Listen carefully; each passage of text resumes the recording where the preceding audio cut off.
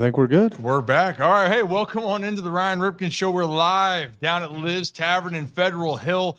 Happy Friday, Purple Friday. And if you're like me, Zach, and if you're like the Ravens, you might need a drink or 2 or 10 when you look at the injury report. But a few things we want to talk about for our audience out there.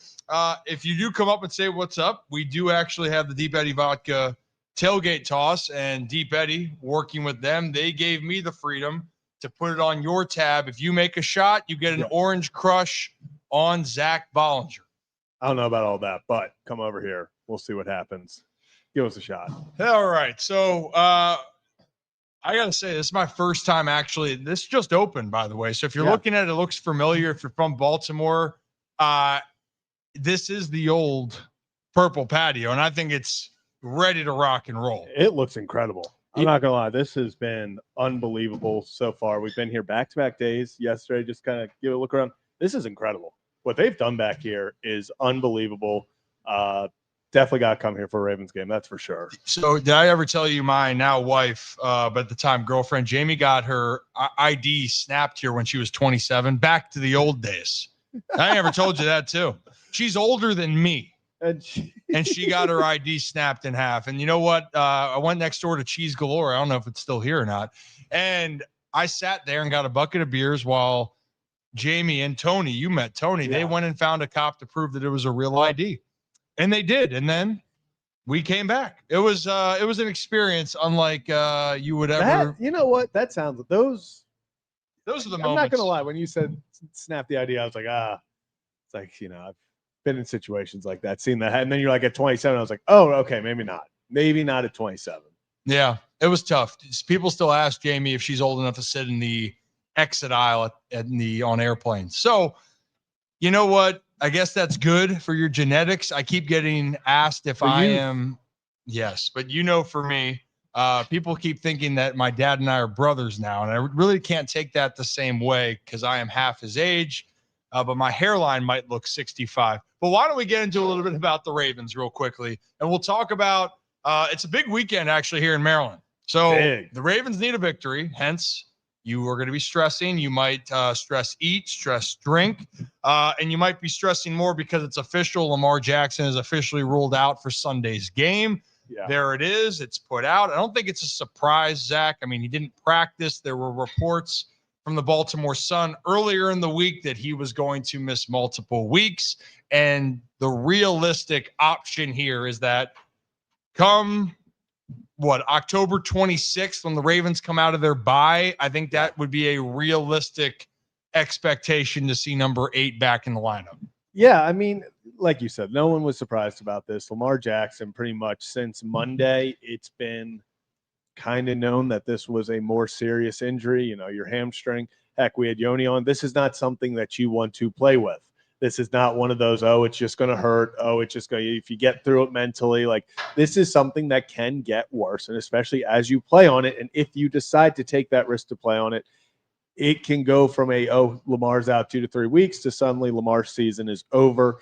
So the Ravens being smart, it's not a fun position to be in because let's be honest, you didn't think in week 5 the Ravens were going to be in kind of a must-win game with Cooper Rush being the quarterback, but that's the situation you're in. You still have to play it smart, even if you find a way to come out of the bye at 1-5.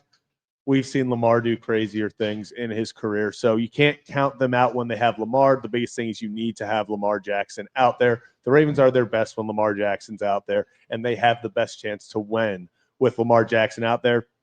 Hey, this Texans team, yes, they just got their first win against the Titans, who had the number 1 overall pick last year. So, yeah, not the greatest, but a win's a win. In the National Football League, a win's a win. They got back on the right foot after starting 0-3, so they're coming in trying to kind of right their ship as well. So this is 2 teams.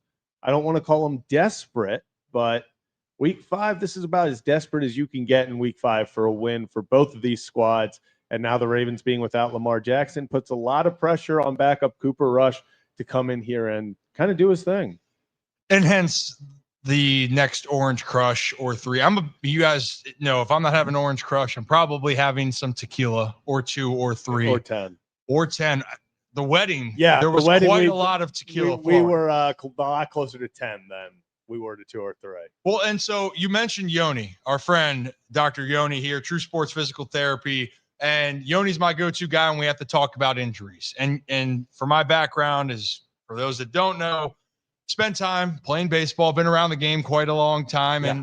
But I can't sometimes articulate it best. But I do understand when you're dealing with soft tissue injuries, it can get dicey, and especially Lamar Jackson, who is the most explosive player, in my opinion, in the NFL. Yeah. And if he's not the most explosive, you can say he is one of the most explosive and most dynamic players.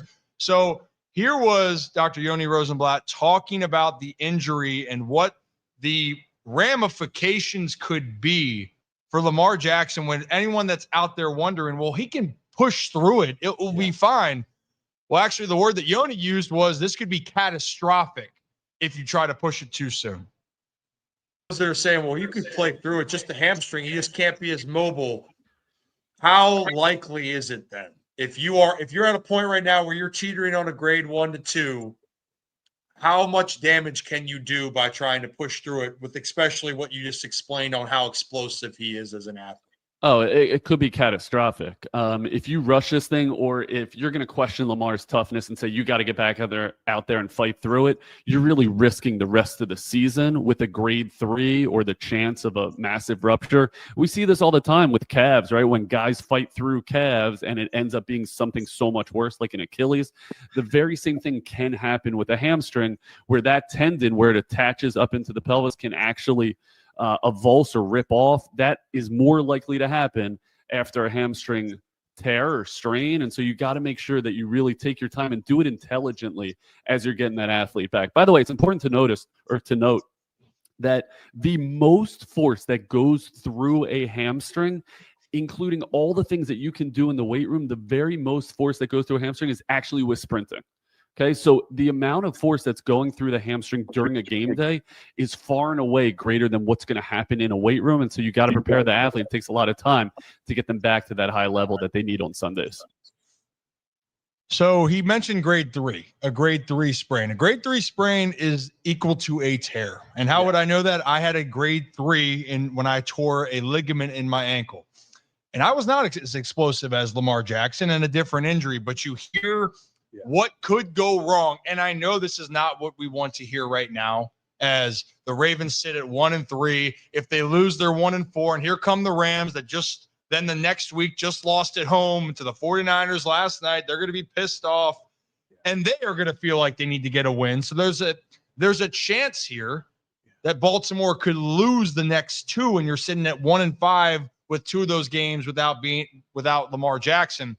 Also, by the way, I think it's worth noting Lamar isn't the only player that's going to be missing this game. And I think, could you pull up the injury report since we're on this? And if you're interested more, Dr. Yoni and I, we talked about all of that, put that up on YouTube between Roquan Smith, Marlon Humphrey, dealing with hamstring to calf injuries. But, Zach, let's look at that colorful injury report. Yeah, I hope people have their magnifying glasses out, because you're going to need it with this. Ryan, I'm speechless. I'm going to be honest. When you look at this, let me do a quick count. Yesterday it was 15. Let's see how many we got. 1, 2, 3, 4, 5, 6, 7, 8, 9, 10, 11, 12, 13, 14. We got 15 again. 15 players on the injury report. This is week 5. We've seen this before with the Ravens, even in their most injured years, but this is week 13, 14, 15. For it to be week 5, and you have this amount of injuries already: Patrick Ricard, Roquan Smith, Travis Jones, Emory Jones, Lamar Jackson, and Marlon Humphrey, along with Chidobe Awuzie. All of them, that is 6 guys already ruled out. Rest of them questionable or no game status, as they are ready to go. But this is a banged up Ravens team, and you just talked about the Rams, and 49ers last night kind of set the standard for the week of, hey, injuries are not an excuse. This is Mac Jones with Kendrick Bourne. We're going to go down there and we're going to find a way to win in LA. Now, if you want to say it was a home game for the 49ers after some of the videos that got out there, I agree. And then but- some accusations of fake crowd noise being yeah, pumped like in. this was, maybe it was more of a home game for the 49ers in this sense, but this is, the standard. Good coaches, this is a must win. And, yes, the Texans, their defense is very, very good. But we've also seen that offense struggle. This is going to be Cam Newton talked about it, and I think he made some good points. He talked about without Lamar Jackson, this is in some ways could be a good thing for the Ravens. And he said not because having Lamar out is a good thing, but because when Lamar Jackson is on the field and is playing, the goal of the Ravens and a lot of their players seems to be don't make the mistake. Don't make the mistake that loses you the game. Go, let Lamar make his plays. Don't make a mistake. Now, with Cooper Rush, you're not expecting Cooper Rush to go out there and make a play all the time. You're not expecting Cooper Rush to go win you the game. So that now allows the other guys to be more aggressive. You got someone on defense has to go make a play. We got a lot of injuries. And I've seen reports as Teddy Buchanan getting the green dot, is Malachi Starks getting the green dot. Both Teddy said he's practiced with it. Malachi said that he's been briefed on what to do if he gets it. So it looks like a rookie's going to be calling the communication for defense. And this is an opportunity. A lot of guys out. Someone's got to make a play if the Ravens are going to win this ball game without Lamar Jackson. Yeah, so we talked about this during baseball season, and I know a lot of people when it was baseball season, if you're a Baltimore fan, this isn't exactly how you were writing up your 2025, right? The Orioles were supposed to get off to a better start. And then before the season even starts, you have injuries to your team. Baltimore, you were relatively healthy going into this season, but boy, did that change very quickly as they have now gotten to this point. You're missing a lot of guys, but this is the part where the rest of the league doesn't care. No one cares if you're that hurt. And if you win, it counts the same every single week, whether you're at full strength or you're not. And for the Texans, do you think that they care that they're sitting at 1-3? No, I don't care that the Ravens are hurt. No. They need to win. They need to win. And for Baltimore, they need to win. Here's the crazy thing. The Cleveland Browns are 1-3. And they're having a new quarterback. And we talked about that. And they got rid of Joe Flacco. And you know what? Yeah. I guess they don't want to win. Just kidding. Dylan Gabriel, it's going to be a great opportunity for him. And the Browns defense is ranked number 1 in the NFL at this moment in time. But if they win their game against the Vikings, they're 2-3. So 1 week in the NFL can change a lot of perceptions and perspectives. And for Baltimore, it's an understatement that a victory this weekend would be great. And I'll tell you what, this place will be buzzing if the Ravens get a victory here. I also think it could be in a frenzy if Derrick Henry does not get the ball 30 times. Yeah, I mean, that is going to be, I've talked about it, I don't know how many times at this point. Derrick Henry needs to be getting 25 to 30 carries this game, 30 touches this game. I mean, this has to be a classic, vintage Titans Derrick Henry. We are going to put the team on your back offensively, and we need you to win us this ball game. We need Derrick Henry to have one of his vintage 150-yard games. Yes, I think Cooper Rush with Zay Flowers, Rashad Bateman, Mark Andrews, we'll see Isaiah Likely, I'd assume, getting a little bit healthier. They've got weapons, but it all comes down to if they cannot run the ball with Derrick Henry. And we've seen it before where it feels like the Ravens have kind of gotten away from the run game. I mean, Derrick only had 8 rushes after a very successful first 4 rushes for 31 yards in the first half, only gets 8 to end the day. They got to hand the ball to Derrick Henry early and often. We had Darren Orlovsky.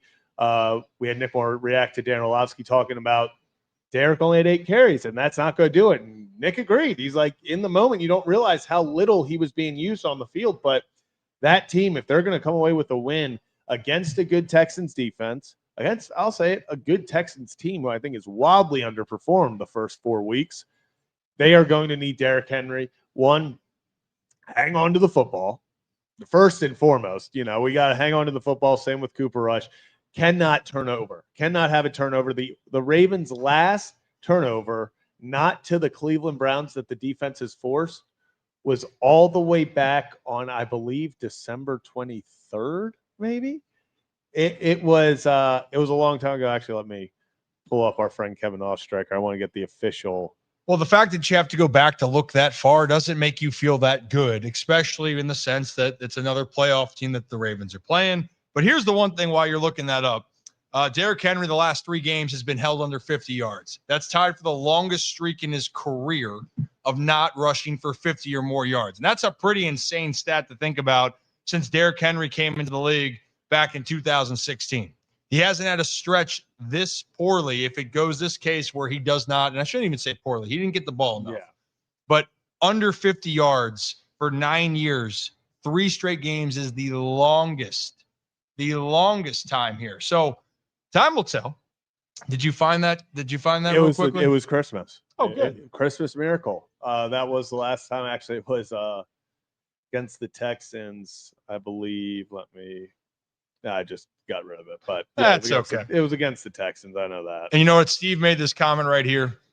You know, we just mentioned an injury suck, but a wounded 49ers team went into LA and beat the Rams in overtime last night. It can be done. Yeah. Yeah. If you go and execute and you go and you have your focal point. Who was the focal point last night? Oh, Kendrick Bourne. Kendrick Bourne. Yep. And Christian McCaffrey. Yeah, I'm sure that. All right. Hands up. Did you have Kendrick Bourne in some fantasy lineups? I didn't. I did not. I did. Yeah, I did. Was there a little bit of a sprinkle of some, ways to, I don't know, earn a little bit extra right there with some Kendrick Bourne over 41 and a half yards? I think there was. It must have been so. If you were rooting for the Rams and you were just watching Kendrick Bourne go down the field on you, it had to be demoralizing. I'm just saying, I thought that was brilliant. But Kendrick Bourne, here's the thing. Next man up, they're down their top 2 receivers and George Kittle, who is arguably their number 1 option outside of McCaffrey. But what did they do? McCaffrey touched the ball 30 times, and Kendrick Bourne had a career game. So the point where I'm going with the Christian McCaffrey part, you can create a game plan around Mr. Derrick Henry to take pressure off of Cooper Rush, which, by the way, Cooper Rush's record, he will be the starter on Sunday for Baltimore, 9-5 as a starting quarterback. He's found ways. And I tweeted out earlier this week, I don't care how ugly this gets. I don't care how ugly it is. Go out there and find a way to win. Just find a way to win. If you win 9-6, it's the same as winning 40-17. Just find a way to win. A lot of pressure on the defense. I've put out some tweets and been very open about the fact that I think the biggest way to win this game is you keep the defense off the field. Not keep CJ Stroud and them off the field. Keep your own defense off the field. Because we've seen how that is just blown up in the Ravens' face at times. So my biggest thing is not only do you have to feed Derrick Henry, I think they got to get a quick pass game going. I do not think you can let your offensive line, you can't leave them on islands against this Texans pass rush. They will get after you. They have a lot of talented edge rushers, Danielle Hunter, Will Anderson. They're going to get it theirs. They're going to get after you. So what they have to do, you don't have Lamar Jackson. You can't expect we held a guy for, 2-3 seconds. He gets away. Now Lamar's going to do his thing if he still has the ball. They need quick passes, get the short game going, feed Derrick Henry. My biggest thing is I'm sapping the ball with 5 seconds or less on the play clock every single time. They need to dominate time of possession, give Houston less opportunities, and just have what Detroit did to the Ravens, 98 yards on what was that? How many 2 plays? drives, yeah. too. And that's what the Ravens need to do if they're going to win this game. And also in this case, and this actually was on 105.7 earlier talking about this exact point. I mean, no one's going to tell you to score or to not score the football and score it as quickly as you can in some cases, right? If you put up 40, you should win every game. We're not going to debate that. But to point this out, when the Ravens did put up 40 and put up 30 against Detroit and Buffalo, the first game, Buffalo ran 78 plays compared to Baltimore's 50. It's a lot of plays. The Lions ran 66. The Ravens ran 54. And then the Chiefs game, which is the only game that was truly dominated by the other team. I mean, the Lions dominated the line of scrimmage, but I'm talking about putting up points. Like the Ravens, it was just, there's a few words. I don't know if I should say them here. I can say them here. In the studio, I definitely would say them. But the Chiefs, they controlled the time of possession, but they just were better in every facet of the game, no matter what. Yeah. And they still controlled the clock. So the emphasis here, how do you help a defense that's struggling? Hand it off to the guy that is built in a lab and still going 10 years strong. But the guy that's going to be a quarterback, you know how you help him? You have a good run game. You have some good weapons. But Nick Moore, long snapper for the Ravens, we have him on every single week to talk about the game, talk about what's going on. But he's got a lot of confidence in Cooper Rush here. So why don't we play the clip of Nick Moore talking about who's going to be their starting quarterback come Sunday afternoon. Talk to people that don't know about Cooper as a guy coming in. It seems like this isn't like it's another backup. This is a backup that's had experience. And quite frankly, I'd argue the supporting cast for the offense, I think, call me crazy, Houston's tough. Houston's a really tough defense. But this might be the best supporting cast he's had with a quarterback with all the weapons that are at his disposal, if that is the case. Cooper he's probably one of the most winning, obviously we got Flacco and some other guys that are now backups in the league, these older players, but Cooper's got to be one of the most winning backups, like a true backup quarterback. And the guy's a genius. Like, he knows football up and down. I love talking to him. I've gotten to know him really well since he got here. And I just love talking to him about football because he just has such a great understanding of the game, and he understands what we're trying to do and what we're trying to get done and the players and the abilities that they have. And, I have full confidence in him. Obviously, he's a different player than Lamar. He doesn't, nobody plays like Lamar. So Cooper is going to have to do different stuff, but this has got to be, he's got everybody healthy. Zay's back, Mark, Zay Flowers. He's got Bateman. He's got Derek. He's got Justice. He's got D-Hop. He's got Tez. I don't know what's going to happen with Tez, but Tez, he's got everybody, and we're basically starting everybody except for number 8. So he's got a full unit. I think he's going to do some really good things. I'm excited for him because I think he's going to be able to showcase the stuff that he did in Dallas when he kind of filled in towards the end of the season when Dak got hurt and some of the other guys got hurt and the season was kind of chalked. Like, we're a team. We've only played 4 games. We still got 13 games to go. The season ain't over. People are saying, "Oh, we're 1-3." Yeah, we don't want to be 1-3. It's not a great record. We know we're better than that, and we are banged up. We got a lot of injuries, but we still got 13 games left. There's a real possibility that we still win our division and are the number 1 seed in the AFC. Obviously, we got to win, most of our games that we have left, but that's still on the table. We're not throwing in the towel because we're 1-3 at the end of September. We still got October, November, December, and early January to play football, and then mid and late January too.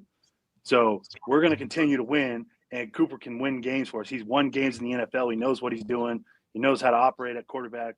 He knows how to, be successful, and I think he's going to do just that. He's, like I said, he's not Lamar Jackson, but the guy's a winner, and he's going to continue to do that, and I think he's going to do that for us. And so, hey, Nick's right. You're not throwing in the towel. Getting the number 1 seed, that can be a little bit. Yeah, you know what? That I love the confidence. I was going to say, love the confidence. But yeah, I think he's right. The Ravens just have to win. It doesn't, like I said earlier, it doesn't matter how ugly. These are must-win games. And I think if you can win against Houston, then you get the Rams. And I know people are kind of looking ahead as that could be a loss. If you can go into the bye just being 2-4, I think that is a massive, massive, massive win. That is a massive win to get momentum, get healthy. Hopefully some guys are back after the bye, including Lamar Jackson. The schedule, let's be honest, it opens up a little bit. There's some injured teams out there, some less, I want to say less hurt teams, but not as the talent. Even healthier. They're less talented teams than the Ravens. So, you get the Bears, you get the Dolphins, teams that are struggling.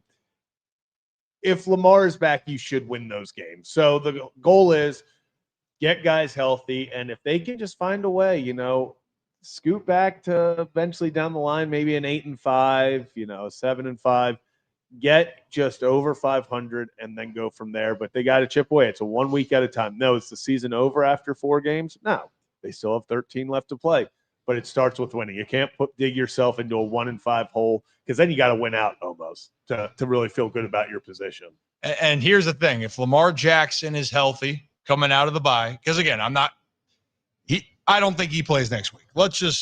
If he plays, then you know what? We'll do another celebration, take a shot for, hey, Lamar's going to play this game. But here's the reality for Lamar Jackson.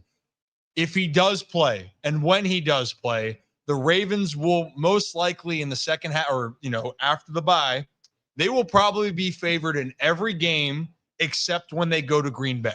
That might be the only game that they would not be favored. And they still might be favored going to Green Bay, depending on how things go. So that's the way the cookie crumbles. But JG, which I might have to get JG on here in a little bit, and I know he might want to try to win an Orange Crush. But the other night, when we talked about the 49ers and the Rams, better coaching for San Francisco, Kyle Shanahan was tremendous. And for Baltimore, Sunday. Today's Friday, right? Yeah, today's just Friday. You know what? It's Friday. On Sunday, the Ravens are going to have one of their best coaching performances. And if they do that and they win that game, you take a deep sigh of relief here. But in the moment here, if you're new to the channel, hit that like and subscribe button. Ryan Ripken Show. We're live every Monday, Thursday, and Sunday typically. We'll get up on Sunday morning, wake up with us on Sunday as we get you ready for NFL Sunday.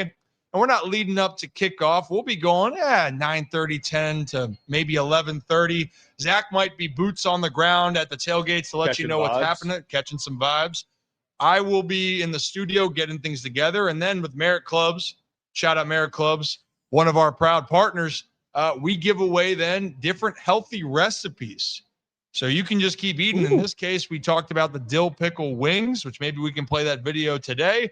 And on Sunday will be the next recipe that's on the docket for you all. So we are live right now at Liv's Tavern in Fed Hill, and it is a beautiful night. Like I am relaxed. I'm enjoying myself. My glass is empty. That's the only thing that I regret at this moment in time.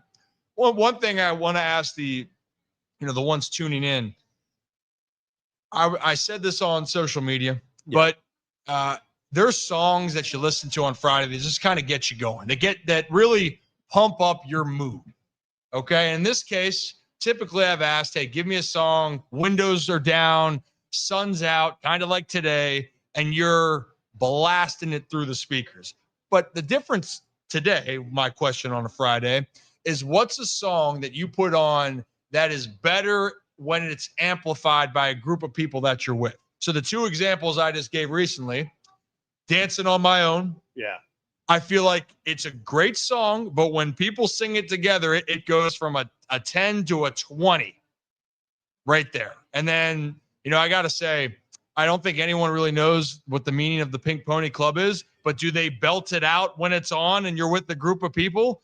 You're damn right. So those are my two, and I want to hear what anybody else's opinions would be in the chat. But for you, do you have a song right now? I don't have a specific song, but when I was sitting there thinking when you first brought this up, I feel like anything by Usher, just with a group of people with a vibe, just a million times better. Also, objectively, if we want to go like the actual answer, YMCA, because like doing it by yourself / like they're okay, Cupid so Shuffle can't really do by yourself.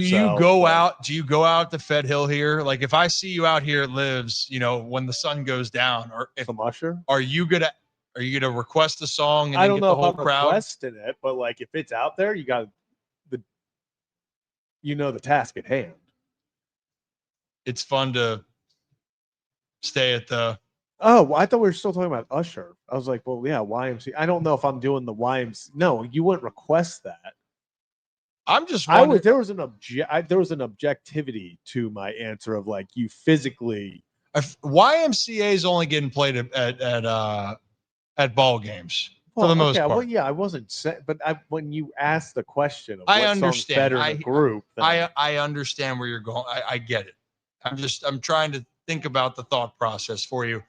I don't know if Careless Whisper by George Michael is actually amplified when it's out there. I do like the tune. You know what I mean? Is that too old for you, Zach? Yeah. So I just got asked in there if I was born in 2001.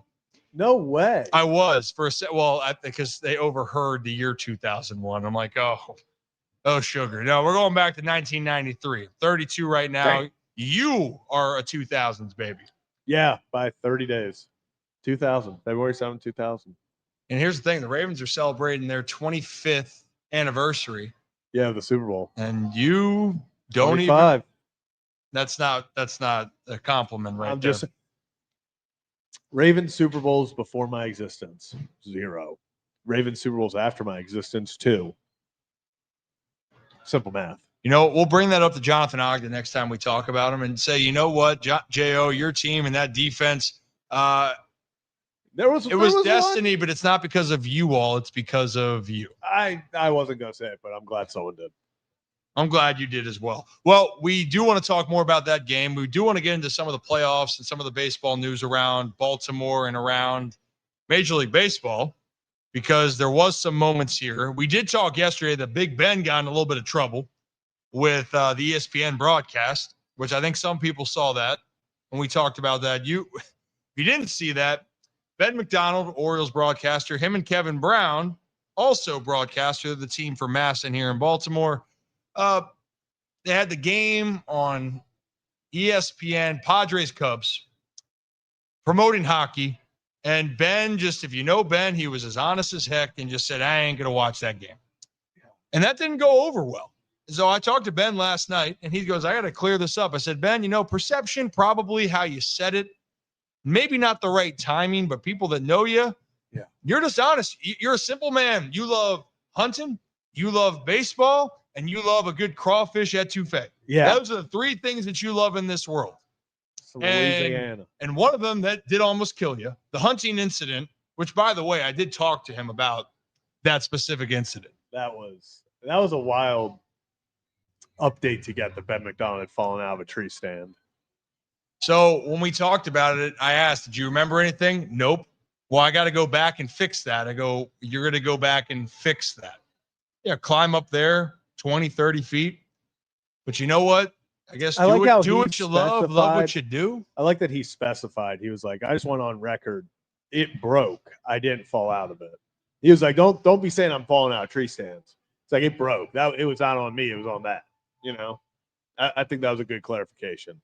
Well, I'm glad we could clarify that for all of it. But yeah, Ben's a national treasure. And I think people will understand what's happening moving forward. Am I losing you now? Are you? Oh, the camera's moving. Well, the sun's going down here at Liv's Tavern. Oh, perfect. Well, we do want to talk a little bit more about the Ravens-Texans game. We also will talk about the 999 challenge. I don't think we can do that here at Liv's Tavern. I got to ask. But so for those that are not aware of the 999 challenge, right? It's 9 innings, 9 hot dogs, 9 beers. And the Philadelphia Phillies are running a certain special on that. We'll get to that in just a moment. We might also then, I don't know where John Graham went, but JG might have to be the one to do that. Over there. We still got. Are you drinking an Orange Crush, JG? Okay. I respect it. Well, you know what? We can have him. I don't know if he's good for the. You know what? If we're staying in the MIAA for a second. Don Hound Cardinal Hall. Ugh, that's tough for the program. that's tough for the program. There's only one other person we like in this area, and it's not John over there. But in general, Iron Eagle is calling the game. So before we get into the playoffs and the 999 challenge, Iron Eagle, JJ Watt are going to be on the call with Evan Washburn, a Marylander as well. Why don't we talk a little bit about what Ian is seeing for this game? He's been around. He's covered a lot of the games. It's his 28th year in the NFL broadcasting. And if you're curious about that, you've heard the name Iron Eagle. Well, I guarantee you've heard the voice. He covers March Madness, and you will hear him this Sunday in Baltimore if you're not going to the game. But here was Iron Eagle talking about the Ravens game and kind of the situation here that's going to be at hand for both Baltimore and Houston. Killer schedule. But what was the perception, Ryan, prior to the season? First 4 weeks would be all about, this will affect seeding for Baltimore because these will be tiebreakers down the road. Now, 4 weeks in, forget about that. the story is more, hey, can we get this team to January and be a part of this? Because if you do, you know they're really dangerous and they could beat anybody. But you got to get there first. Concerns, Houston's in an equally desperate situation. They got a win finally last week. Their losses have been very close. They've played a tougher schedule as well. Defensively, they have been outstanding, and maybe there's a bit of a shift to their identity under D'Amico Ryans. CJ Stroud in year 3, it's been harder. It's been tougher to get this offense going. But you're playing a team that also went to the divisional round last year. These are two teams that had serious hopes coming into the season. So you're right. It'll be a great scene. Ravens fans always show up. It's still one of the best atmospheres in the NFL. I love doing games there.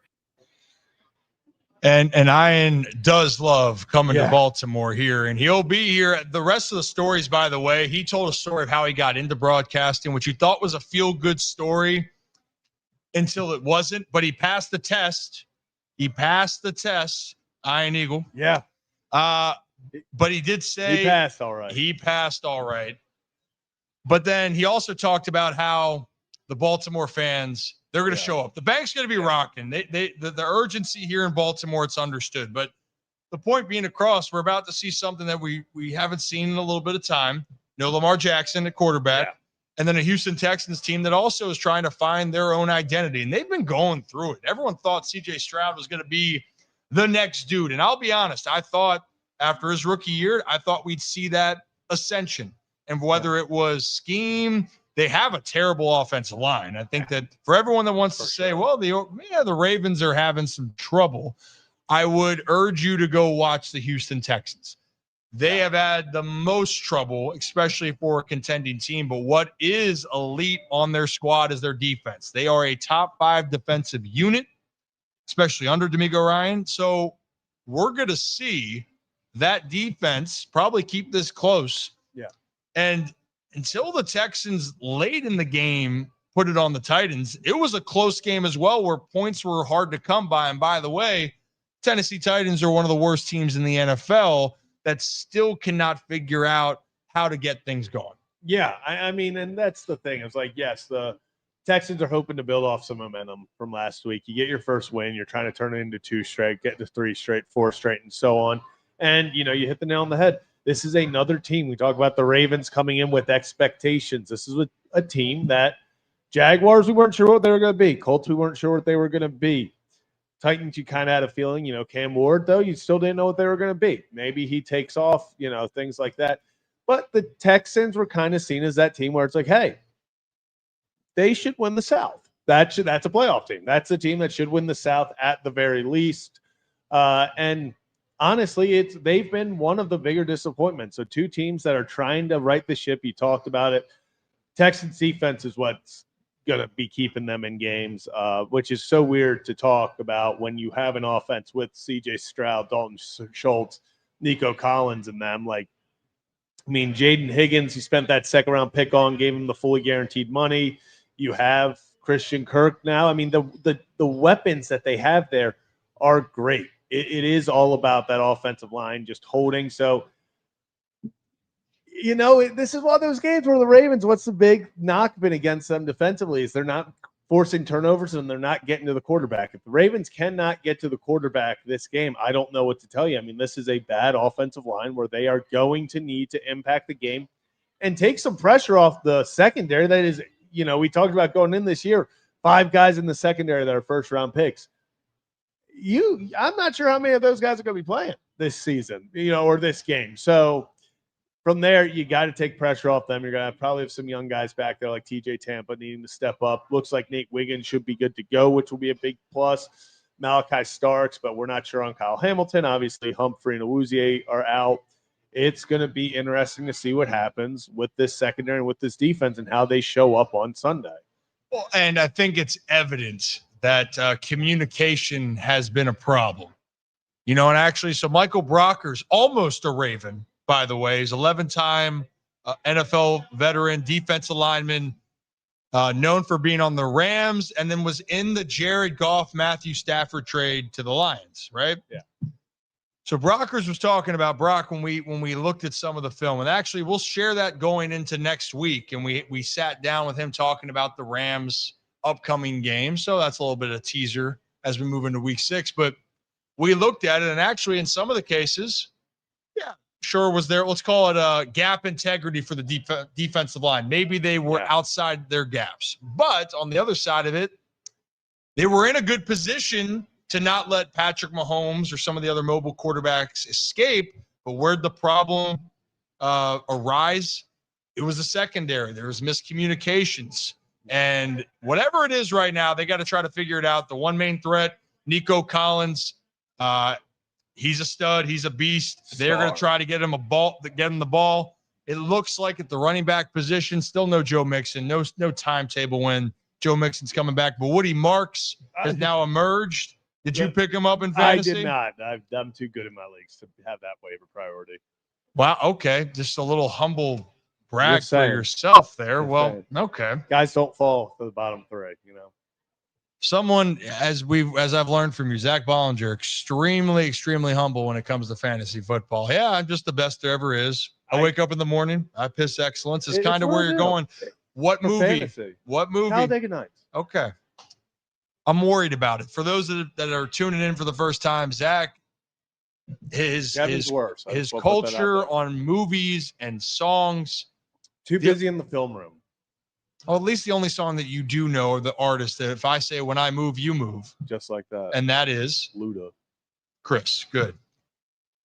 So that'll be easy. Well, there will be some songs. I was listening. That can be for next Friday. Again, the songs that you love that maybe were a little bit more inappropriate, but as a kid, you love the beat, you bop to it. Freak a Leak by Petey Pablo was mine. Oh my God. And I was 10 years old, and I learned that is not a child song. It's not, but it was a heater.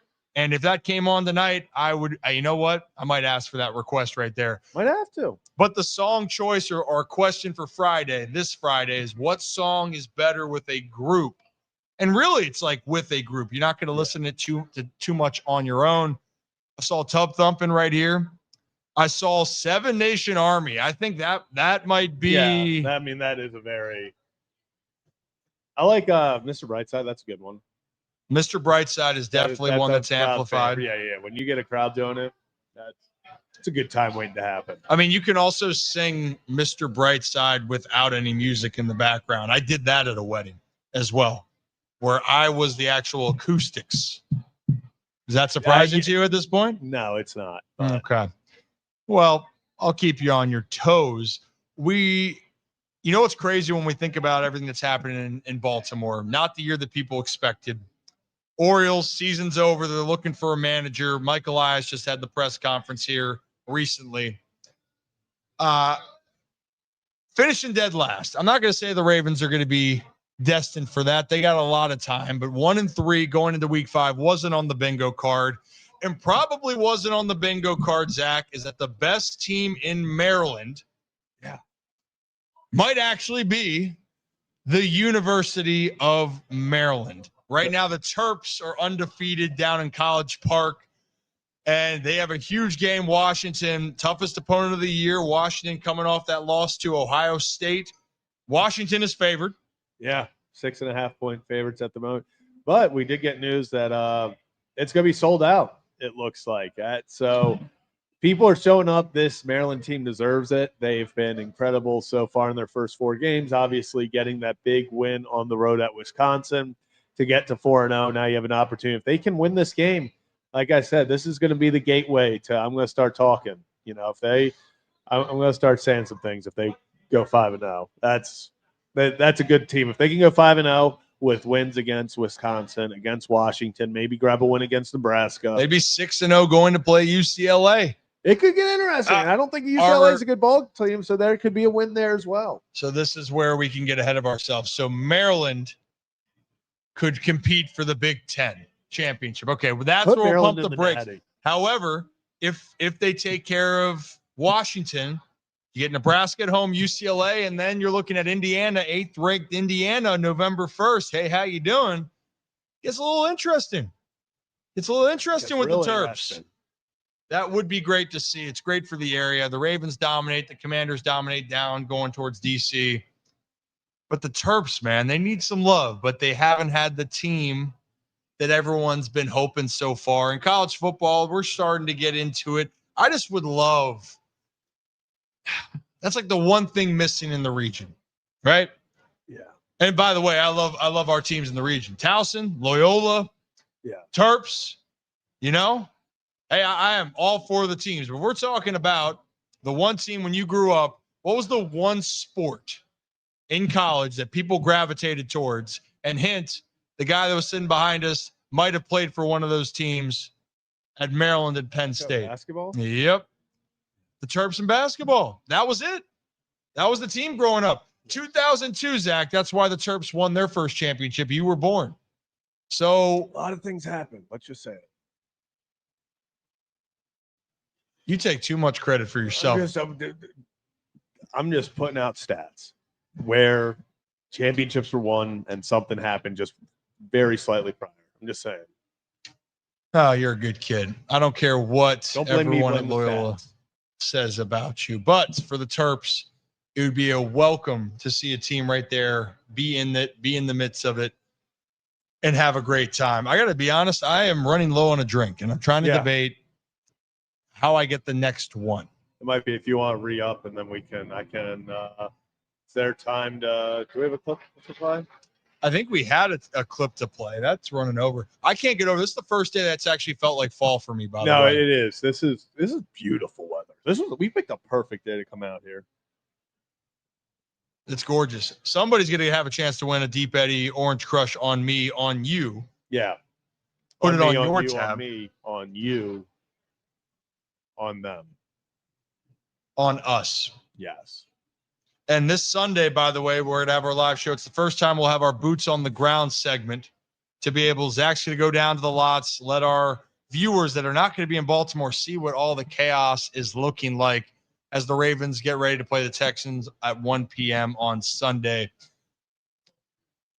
It's football season officially in Baltimore. Yeah. Baseball season's officially done, but the postseason is going to continue to go on here. And if you're new to the channel, hit that like and subscribe button. Things that we have coming up here in the future. I think we have a What's guest. going on? Hey, what's going on? What we got going on here? How you doing? Monte?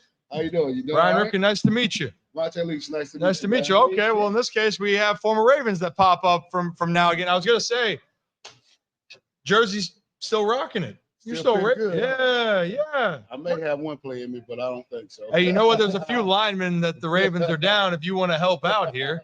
What are you drinking, by the way? Oh, Deep Eddy vodka is pretty good too. You're a Deep Eddy guy? Well, yes. When I come to Baltimore, I'm Deep Eddy guy. The lemon flavor too, because I don't mix my liquor. So deep, smart man. So Deep Eddy, we do work with. Okay. Well, tell Deep Eddy I gave them a shout out, so I need some Deep Eddy at my house. Do you need some? Huh? Yes, I need some. How much you need? As much as you can As get. much as I can get. Lemon. Lemon flavor. If they're gonna give me some, give me all flavors so I can have all of them at my house, because everybody don't drink lemon. That's I love amazing. it. That's amazing. Where are you coming in from? North Carolina. North Carolina? Yep. I come up here for the games and stuff. I'm a fan, so I come up here for the games. You're enjoy still a the fan? games. I mean, Still a fan. you did play a little bit. How many years? 10 years. And you got connections with both these squads. Yeah, both of them. Both the squads. The Houston, Texas. Here, if you don't mind, we have people Okay. tuning in. If you don't mind speaking All right. into it, yeah. To the Houston Texans and Baltimore, and the Ravens. So you know what I said this weekend. I can't lose. You can't lose. Okay. Well, so those that don't recognize, I do, and especially if you see the stature, I think you can still play. I know you might think differently. Well, my body, my mind said I can, but my body said I can't. So that's why I'm a fan now. I just enjoy watching, enjoy coming to the games, watching and sitting back and having a few drinks, a few cocktails, and watching the game. A little Deep Eddy Lemon. So for those that are wondering, Vontae Leach, Super Bowl champion here in Baltimore, right? 2012? Yep, 2012-13 season. Yep, Super Bowl champion. Does that feel like 12 years ago for you? It don't, but times fly by. Yeah. It's fast. Time flies fast, man. I don't seem like 12 years ago. I remember 2 years ago, I think we celebrated our 10-year anniversary. for the Super Bowl. Time flies. That flies. So I still can't believe it. I can still remember you on the field, all the moments. The Mile High Miracle was pretty nice, I gotta say. I got. Oh, go ahead. What about the 4th to 29? The Mile High Miracle, the 4th to 29.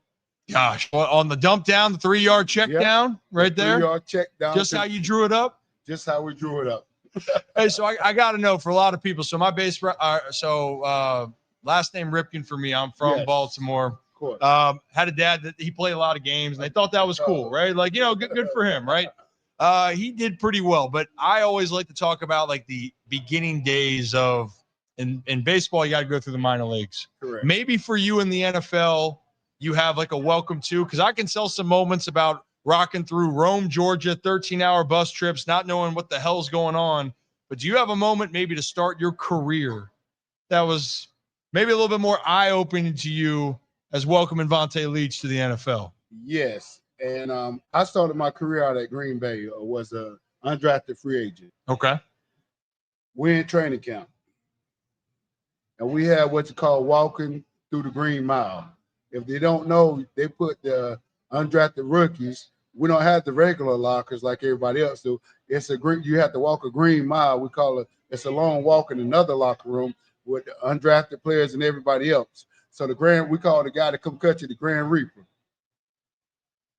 And we watched everybody walk that Green Mile. Even I had to walk the Green Mile. Yeah. So you had to wait in the back of the locker room, and as they cutting the player they're replacing them with, they pass each other in the hallway.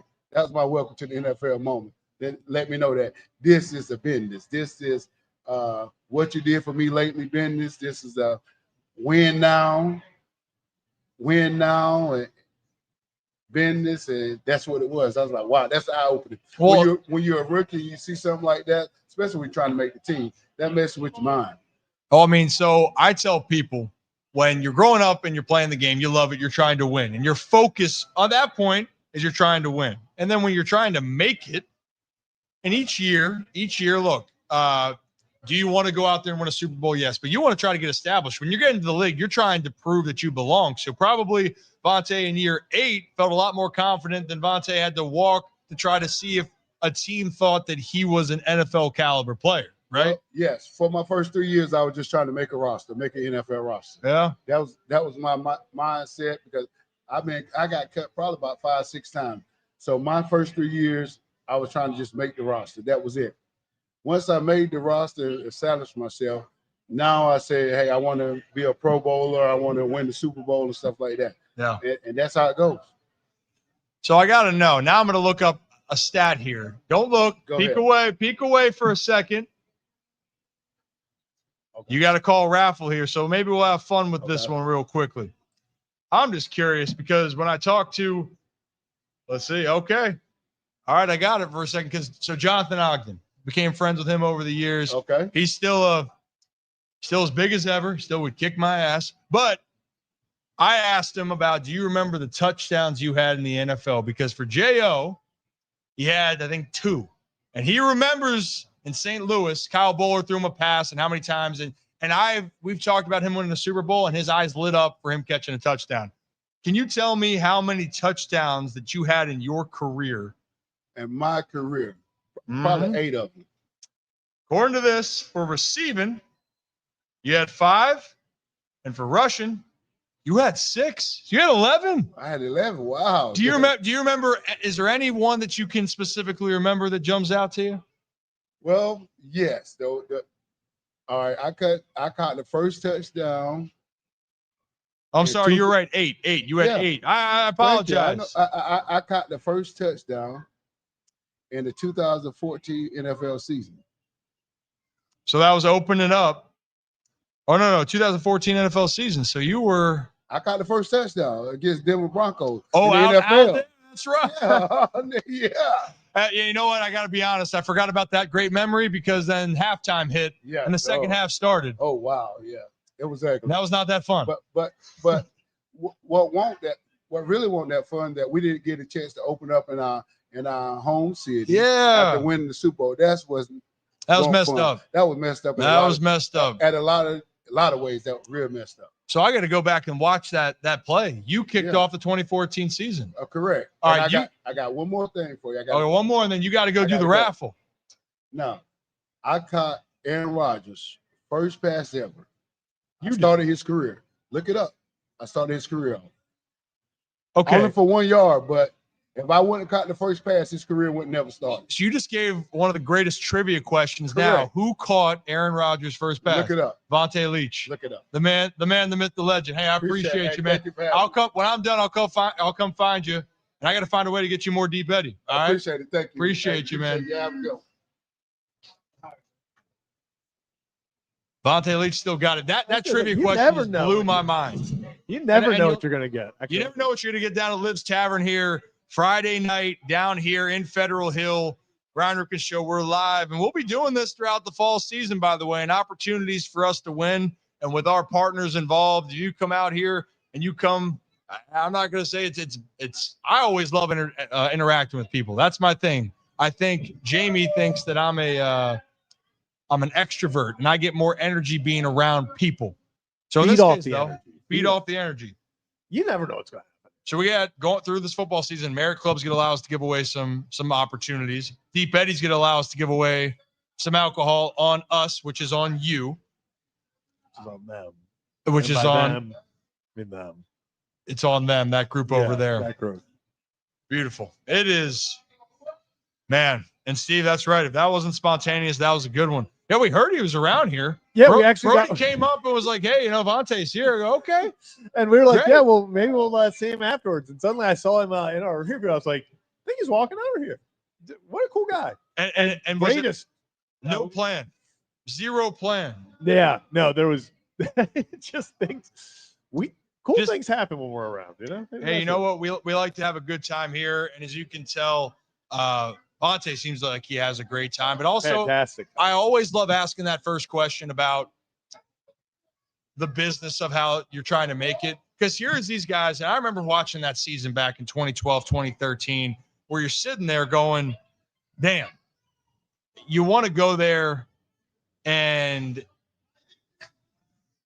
you sometimes idolize the guys. Yeah. And by the way, you should idolize Vontae Leach. And you know what? If you're watching right now, you might get a chance to meet Vontae. He's chilling. He likes to hang out and talk about feeding off energy. He just gave me some energy talking to him. He is amazing. So come on down to Liv's Tavern in Federal Hill. But the part of trying to make it, and everyone, even at the level that you get to, you have this point in time where you're trying to prove yourself. And in that case, he said the first 4 years he was trying to prove that he was going to be an NFL player. And when we look at the end of his career, you go, well, of course, he was no doubt going to be a staple fullback. He's going to play 10 years. But if you asked him back in 2003, 4, when all this was starting, he'd tell you it's a whole different story. And that's why we love the journey of all of this. And by the way, go tell your friends. You want to go impress your football friends? Hey, here's a fun fact. Vontae Leach caught the first ever pass from Aaron Rodgers. And he said 1 yard. Yeah. 1 yard, and he caught the opening touchdown versus the first touchdown of the season against the Denver Broncos, which again, that was a great first half, kind of. And then Peyton Manning and the Broncos. It was competitive for a second. It was a competitive first half for a minute, for about 28. Yeah, that was. Gosh, I remember that. That was a tough one. Oh, The good high, stuff. the high of the champions, then Amazing. Well, look, a little bit more to go here before we'll relax. We're going to be able to hopefully. I want to try to get some people to win some giveaways here. So we want to interact ourselves here. But I did want to bring up, because I think this is a very important topic. It's near and dear to my heart and yours. That 999 challenge that we just talked about. yeah, it's bad. I don't know if actually next time I might ask Brody if we can set up. We can attempt to do a 999 challenge. And I want to state this. This is the Philadelphia Phillies that are opening up their postseason run against the Los Angeles Dodgers this weekend. They are offering this 999 challenge, which again, if you're new to what that means, 9 innings, you got to eat 9 hot dogs and drink 9 beers. And I got to be honest, looking at this photo, those are mini beers. Those are mini beers and mini hot dogs. And mini dogs. What do we classify as a normal dog? We're talking about, it's not that. No, it's not that. Listen, I'm going to give the Phillies I like where your head's at. Like the idea, your heart was in the right place. You know, I get what they were doing. I enjoy this. It's like, okay, we're going to give people a 999 option. I think it's a cool idea. This is one, you're supposed to do it 1 per inning, 1 beer and 1 hot dog per inning.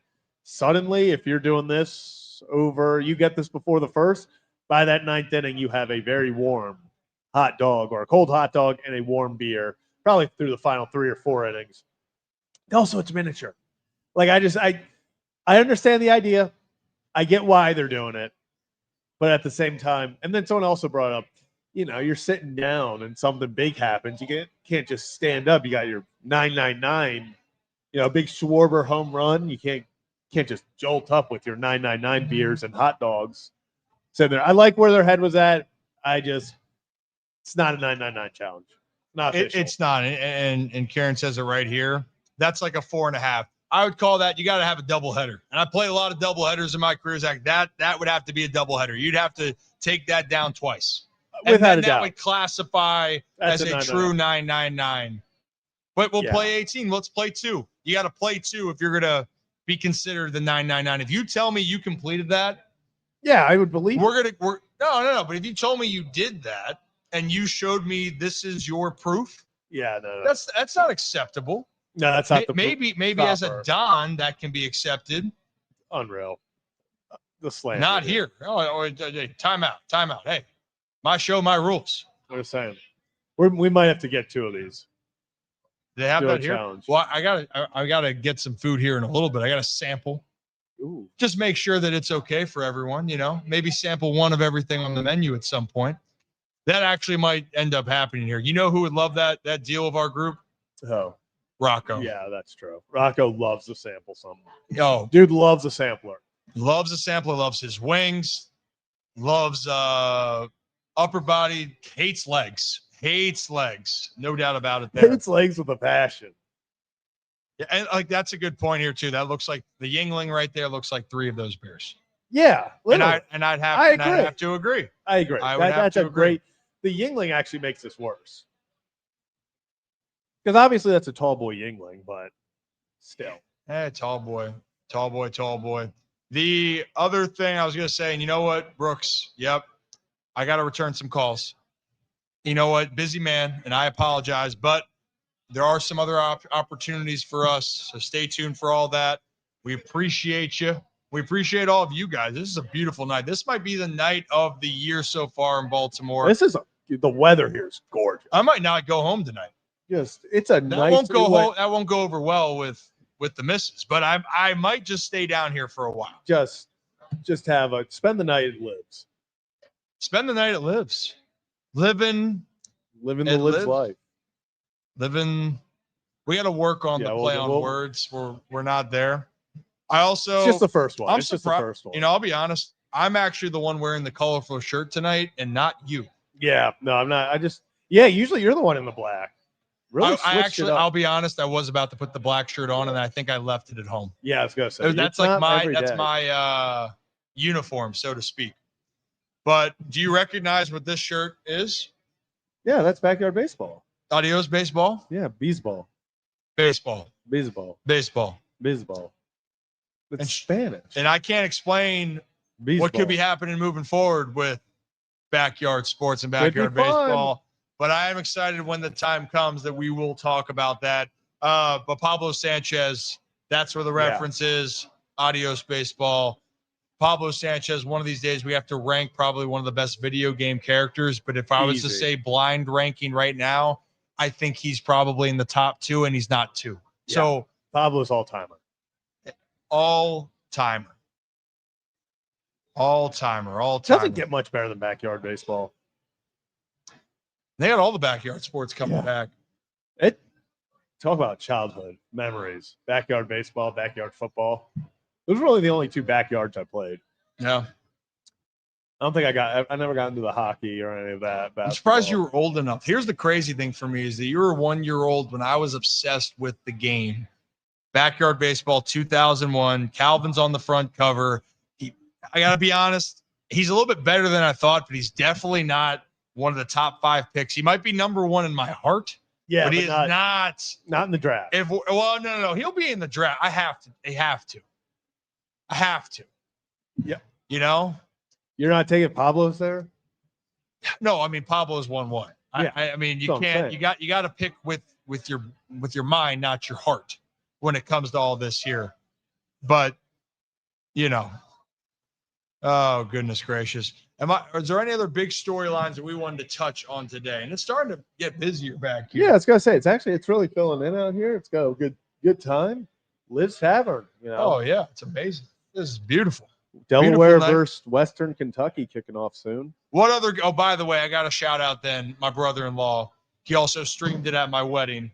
The Boise State Broncos are going to Notre Dame tomorrow. That's gonna be fun. That's gonna be a fun one.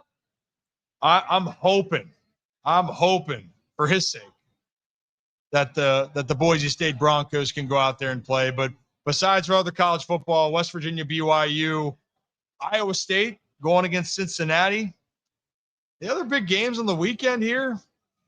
How about Vandy undefeated playing Alabama? I'm still not sold on. I know Bama's right. There's a great Bama bar right down the street. Wayward is a Bama bar, by the way, literally right down the street. Yeah, it's literally. Take 100 steps behind us and you're there. I think probably then the highlight we're looking at, Miami, Florida State.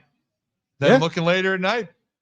The ACC, as Nick Moore would say, they might be the most dominant. Maybe the most dominant ever. The most dominant school out there. All-time ACC most dominant conference ever. You know how everyone says that.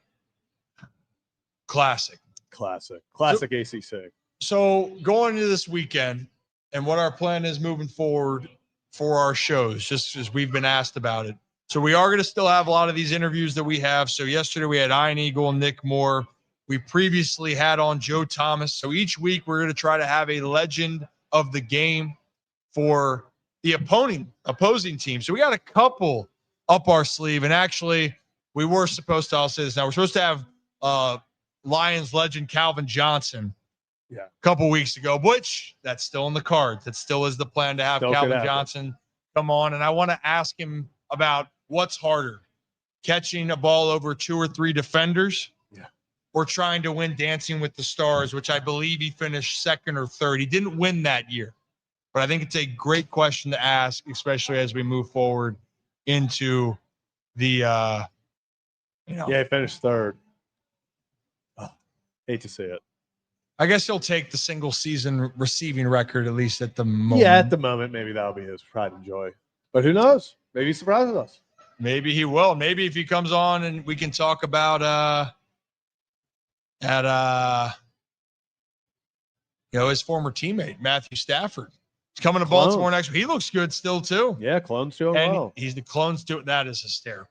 Yeah. Are there any other conspiracy theories? Do we want to put to bed the whole witch theory, or are we still on board with that? No, we're on that. We got to wait till the game. So for those that don't know about that, can you explain a little bit what's happening there? Yeah, so pretty much the Ravens were put under a curse by an Etsy witch. Apparently, I guess before September 10th, I believe. And that's kind of when stuff started going bad. I'm just going to say it. Stuff started going bad around them. So to counter it, Ravens fans have hired other Etsy witches and other witches in general to reverse the curse. So we're saying if they can beat the Texans, Cooper Rush looks like an MVP or something.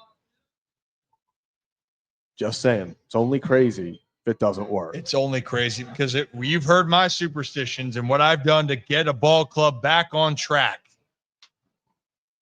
Sadly. Sadly. I think, you know what? You had to grow up at some point, okay? Yeah. There's certain people that can handle being in the locker room and handle the adversity. Rocco cannot do that whatsoever. No, and you know what? I wonder, it's every time I speak his name, I You say his name, he'll show up. He does show up, no doubt about it. But what's a couple more housekeeping things for it? There's no new Orioles news besides that they're still going to be looking for a manager. And for those that missed our conversation on it the other day, there's 3 options that they can go here. Veteran, a up-and-coming manager, like you're looking at AKA, is it a Ryan Flaherty? Is it a bench coach? Or Tony Manzolino is going to be back, which I think is a realistic possibility, which Birdland may or may not agree with. Yeah. But don't shoot the messenger here. This is just People what love to I do believe will happen here as we move forward. So to recap in Baltimore, manager to be determined. Yeah. There's a few options. GM could be made, could not be made, could be a different person, could not be a different person. Might stay vacant. Yeah. And the Ravens have been cursed by Netsy Witch, which is now being paid by Ravens fans to break the curse. And we'll find out whose powers were stronger come Sunday at around 4 p.m. when the game's over. Oh, we will. We'll know once and for all. So looking forward to it. Oh, goodness. We were hoping to get Dean Kramer down here as well. So we had Vontae Leach show up, which was completely unexpected. Yeah. What was trying to be planned was Dean Kramer, Orioles pitcher. I guess I'll talk to Dino on Sunday. Yeah. And we'll talk to him about the game. Gavin Sheets, the San Diego Padres, Marylander, he'll be back. He's excited to get home. Not under the circumstances. I was gonna say maybe under different circumstances. Which last night you were gonna ask Padres fans, the ABS system couldn't come soon enough. That was rough. But that was a tough one. And not that, one thing I got some comments. I put out a video earlier today explaining the pitch. And actually we'll close out the show with that. Here was the pitch that we're talking about for those that are watching online. So this is a 3-1 game. Jackson Merrill just went deep. Another Marylander. It's 3-1. No outs in the 9th inning. Xander Bogaerts is up. 3-2 count. That pitch, when you're looking at it, it's low. It's low out of the hand. It's low out if you look at K-zone, no K-zone. And all of a sudden, Xander gets rung up. And why we say that that's so important, and I know that there's missed calls throughout the game, but when you're talking about that moment, the Padres, that's out one of the inning, especially when the next 2 guys reached base. And then the final out of the game was 2nd and 3rd, tying run on second base for the Padres. And they have that fly out that ends the game and ends their season. And the point is that the call gets more attention than actually what's happening in the game. Yeah. And the Cubs were the better team up until that point, but does it kill a rally? And is it a talking point that we're going to have to sit here and discuss? Yes. Yeah. And what do players want at the end of the day? They just want consistency with calls on the field. Let the play dictate what happens, not an umpire's decision behind home plate. And whammy, that's what we are sitting with here. As the Padres are going home, the Cubs are moving on to play the Brew Crew. It's going to be fun. It's going to be a good series. Dodgers, Phillies, Yankees play the Blue Jays. I mean, pick your poison. No way you root for the Yankees. You're too much of a hate watcher. I got to take – unfortunately, I have to take the Blue Jays. Didn't want to, but I'll have to do it anyway. You're a good kid. I tried. Just I can't root for the Yankees no matter what. Yeah. Unless Jeff Hoffman comes in the game, I hope he blows the save, and then the Blue Jays still win in extras. Okay. So that's all my hate watches for players. That is you have your that's kind of how the cookie crumbles these days. Well, maybe Tony Taters can have a playoff moment. Maybe he can be a Yankee killer there. That could be a positive there. That could be a pro. But the Blue Jays are trying to get back to a place that it's been a little bit of time for them. 74 wins last year. Now suddenly you're hosting the Yankees in the ALDS, home field advantage, opportunity to go to the CS.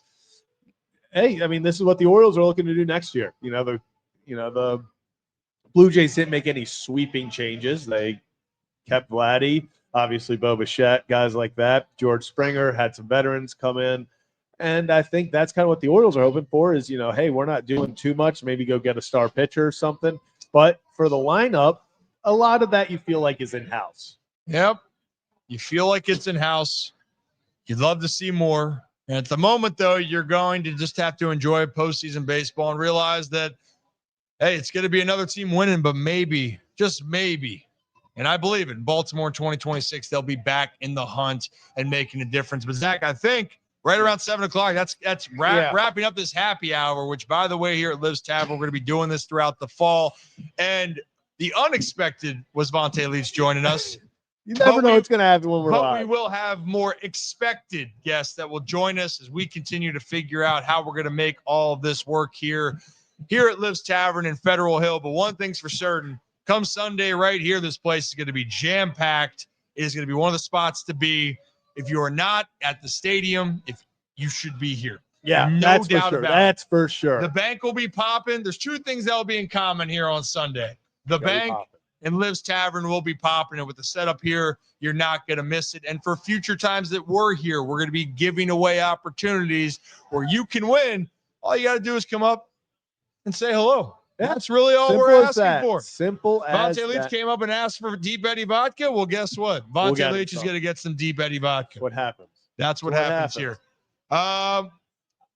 So I think that's it. I think that's all we got here. I don't think we're even going to play the out music here. I don't think so. I think let's get on out of here. Let's get on out of here. Another fun time at Lives. Hey, we appreciate you guys. And again, Ryan Ripken Show, we're live Monday, Thursdays, and Sundays each week. And we will be live here on Fridays. We'll make the announcement more in advance, but it was kind of the soft opening here as we get ready for our fall season. But have a day, have a night, have a great stinking weekend. Go Terps, go Ravens, be good, be safe. Let's hope we have a great thing to talk about come Monday afternoon.